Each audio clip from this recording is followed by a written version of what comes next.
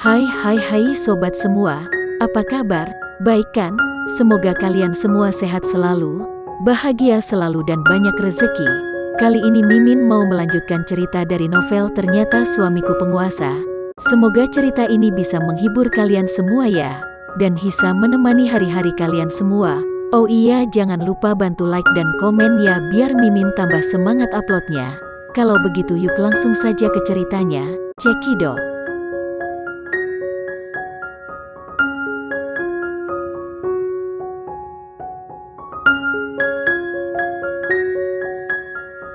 Randy bangkit dan memeluk Putri. Putri terkejut dan menepuk dadanya dengan cemas. Aku masih ingin membicarakan masalah ini denganmu. Apa yang ingin kamu lakukan? Menurutmu apa yang ingin aku lakukan? Randy mengangkat bibirnya dan sedikit tersenyum. Memangnya apa? Putri terdiam. Dia tiba-tiba memeluknya dan berjalan ke kamar. Apalagi yang bisa dia pikirkan? Mandilah dulu. Aku akan memberitahumu apa yang harus diberikan kepada Papa dan Priscilia, kata Randy. Benarkah kamu tahu apa yang harus kuberikan kepada mereka? Wajah Putri memerah lagi. Bahkan, dia tidak berani menatap wajah Randy. Dia selalu berpikir negatif tentang hal itu. Iya, Randy mengangguk. Putri meliriknya, berbalik dan pergi ke kamar mandi. Ketika dia selesai, Randy sedang duduk di sofa. Putri berjalan dan duduk di sampingnya. Apakah kamu akan memberitahuku? Randy tidak mengatakan sepatah kata pun, tetapi tiba-tiba mengulurkan tangan dan mengangkat kaki kiri Putri. Putri ingin bersembunyi, tetapi dia bergerak lebih cepat dan mengangkat kakinya begitu dia mengulurkan telapak tangannya. Ada bekas luka panjang di betis kirinya, naik ke lutut dan turun ke pergelangan kaki, menghancurkan keindahan kakinya. Ketika dia minum obat terakhir kali, dia telah meminta dokter untuk menggunakan obat yang terbaik untuk menghilangkan bekas lukanya, tetapi efeknya tidak baik dan bekas luka tidak sepenuhnya hilang. Telapak tangan besar Randy dengan lembut membelai bekas lukanya, dan jari-jarinya yang kasar sepertinya membawa arus listrik, menyebabkan Putri seperti tersengat. Randy, jangan dilihat seperti itu.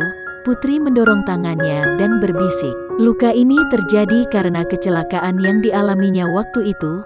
Putri tidak ingin menyebutkannya lagi, apalagi mengingat hal itu dan membuat Randy merasa bersalah. Randy mengeluarkan sebotol salep, membuka tutupnya, dan ruangan itu tiba-tiba dipenuhi dengan aroma harum. Putri penasaran dan bertanya, "Apa itu? Kenapa baunya begitu harum?" "Ini obat penghilang bekas luka." Saat menjawabnya, Randy meletakkan salep di jari-jarinya dan dengan lembut mengusapnya ke bekas lukanya. Setelah mengoleskan salep, ia dengan lembut menekannya dengan ujung jarinya untuk meningkatkan daya serap, sehingga efek dari obat tersebut dapat meresap sepenuhnya. Melihat konsentrasinya, Putri tidak bisa membantu tetapi membungkuk dan menciumnya. Setiap kali dia tiba-tiba menyerangnya, dia akan sedikit terkejut, seolah-olah dia tidak mengharapkannya melakukan hal seperti itu, dan kemudian berpura-pura tidak ada yang terjadi. Putri suka melihat ekspresinya, karena dia tidak lagi dingin tetapi sedikit canggung. Tapi ekspresi ini bisa bertahan paling lama 2 atau 3 detik, begitu singkat, sehingga dia kehilangan ekspresi yang sedikit terkejut ketika dia menciumnya beberapa kali sebelumnya. Oke, sudah selesai. Setelah mengoleskan obat, Randy dengan santai menarik kakinya ke bawah dan memeluknya. Randy berbalik untuk pergi, dan Putri dengan cepat meraihnya. "Kau belum memberitahuku, hadiah apa yang harus kuberikan kepada Papa dan Priscilia? Bukankah Priscilia baru saja memberitahumu?" Randy menatapnya dan berkata dengan sungguh-sungguh, "Memangnya Priscilia mengatakan apa?" Putri berpikir sejenak, tetapi tidak dapat mengingat bahwa Priscilia telah mengatakan kepadanya apa yang disukainya. Randy tiba-tiba mendekatinya, menggigit telinganya, dan berkata dengan lembut, "Ada suatu hadiah yang akan disukai banyak orang." "Hadiah apa?" Putri bertanya dengan nada mendesak. "Dengan kamu melahirkan Randy Junior untuk keluarga Sanjaya ini." Randy menatap perutnya yang rata, dan berkata dengan sangat serius. Wajah Putri memerah lagi, dan dia berkata dengan suara rendah, "Bagaimana bisa aku hamil begitu cepat?" Setelah terakhir kali mereka berhubungan, periode haidnya normal. Jika aku hamil, itu akan memakan waktu 1 bulan untuk mengetahuinya. Bagaimana bisa dikatakan anak ini ada di dalam perutku?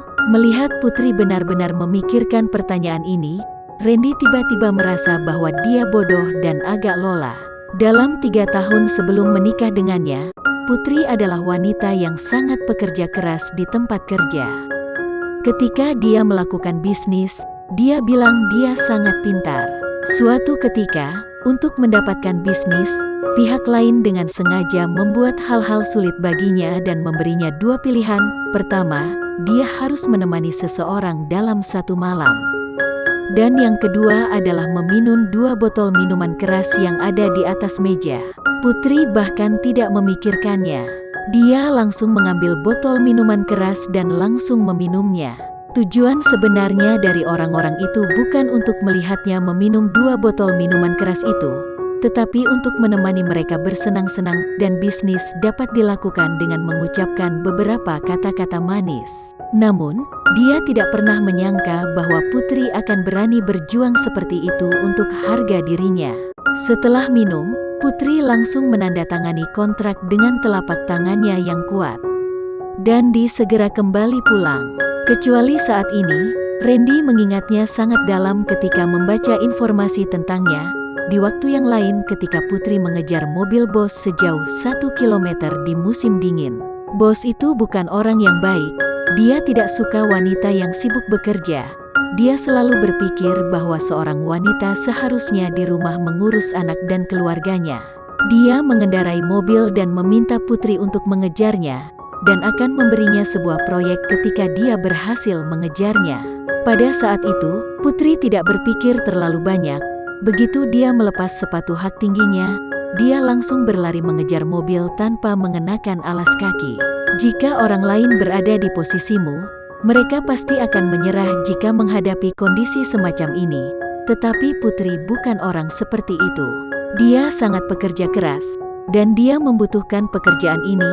Dia perlu membuktikan dirinya dengan pekerjaannya, dan dia perlu menggunakan pekerjaannya untuk mengalihkan perhatiannya dan melupakan hal-hal yang telah terjadi di masa lalunya. Memikirkan hal-hal yang dialami Putri sebelumnya, hati Randy tampaknya sangat sakit. Jadi ketika Andi Andrean mengumumkan bahwa dia tidak akan bekerja sama dengan inovasi dan teknologi, dia tidak mengumumkan bahwa Sandiga telah memperoleh inovasi, karena dia ingin para penjahat seperti dirinya dengan sendirinya mengakhiri kerjasama mereka dengan inovasi dan tidak akan pernah memberi mereka kesempatan untuk menjadi pemimpin. Itu adalah Putri yang ada di depannya. Dia sering melihat Putri yang bodoh, yang tersipu malu di setiap tatapannya. Kadang-kadang bahkan Randy akan bertanya-tanya dalam hatinya, apakah Putri yang ada di tempat kerja itu benar-benar Putri yang ini? Randy tahu itu benar-benar Putri. Di tempat kerja, dia adalah orang yang sangat pekerja keras. Jadi Randy enggan mengungkapkan hubungan mereka berdua ke publik. Dalam hidup, Putri memiliki sisi lembut seorang wanita. Terkadang pipinya suka memerah.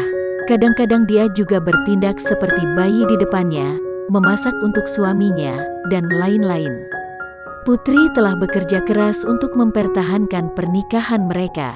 Sifat Putri yang seperti inilah yang membuatnya ingin lebih melindunginya, menjaganya di dalam dekapannya, untuk melindunginya dari orang-orang jahat yang akan menyakitinya. Sebelumnya, Randy tidak pernah berpikir untuk memiliki anak, tidak hanya tidak menginginkan anak, tetapi bahkan tidak berpikir tentang memiliki seorang istri. Ketika Randy mendengar Priscilia menyebutkan tentang hal itu, sepertinya dia benar-benar menginginkan seorang anak. Keduanya membesarkan anak-anak mereka dengan sehat dan tumbuh besar bersama, dan bersama-sama menjalankan keluarga yang bahagia yang terdiri dari 3 orang. Putri, jika aku menginginkan seorang anak, apakah kamu mau menurutinya? Tanya Randy ketika dia memikirkannya. Tentu saja aku mau, Putri mengangguk berat. Meskipun Lily mengatakan kepadanya bahwa jika dia menginginkan anak di usia yang begitu muda, dia akan dibelenggu olehnya di masa depan dan dia tidak bisa melakukan hal-hal lain. Tapi Putri memikirkannya dengan hati-hati. Anak itu bukan halangan baginya, tetapi salah satu syarat dasar sebuah keluarga. Dia ingin memiliki keluarga yang lengkap. Dia ingin segalanya berjalan seperti semula. Dan dia akan hamil jika Randy mau. Tapi jika dia tidak mau, dia tidak akan memaksanya. Mendengar jawaban Putri, Randy menariknya ke dalam pelukannya dan memeluknya dengan keras. Setelah lama, dia mendengarnya berkata dengan lembut, "Yah, karena kita telah memutuskan untuk memiliki bayi, tidurlah lebih awal." Meninggalkan kata-katanya, Randy melepaskannya, berbalik dan pergi ke kamar mandi.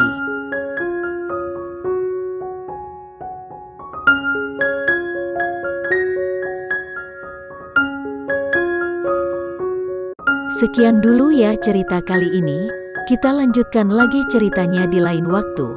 Oh iya, bagaimana menurut kalian? Semoga bisa sedikit menghibur kalian semua. Jangan lupa like, share dan komen ya. Untuk teman-teman yang baru nonton, jangan lupa subscribe-nya. Hehehe, kalau ada teman-teman yang ingin gabung langganan bisa langsung gabung saja untuk dapat fitur yang menarik dan sedikit membantu Mimin. Terima kasih sudah menonton, sampai jumpa lagi. Bye bye bye.